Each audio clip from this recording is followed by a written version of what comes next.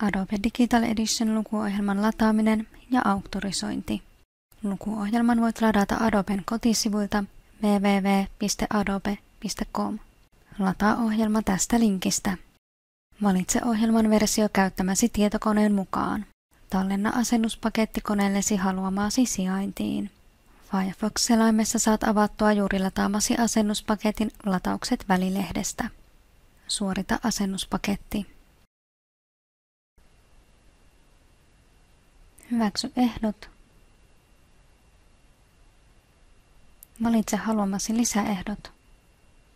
Valitse ohjelman sijoituspaikka ja asenna ohjelma.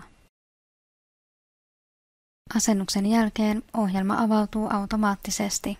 Ohjelman saat auktorisoitua Help-valikosta. Koneen auktorisointi tapahtuu Adobe ID:llä. Auktorisointia Adobe ID:llä ei suositella julkisille koneille. Voit auktorisoida koneen myös ilman Adobe ID:tä. Adobe ID-tunnukset voit halutessasi luoda täältä. Valitse eBook-vendoriksi Adobe ID. Kirjoita käyttäjätunnuksesi ja salasanasi. Tai auktorisoi kone ilman Adobe ID:tä. Klikkaa Next ja auktorisoi kone. Ohjelma ilmoittaa auktorisoinnin onnistumisesta.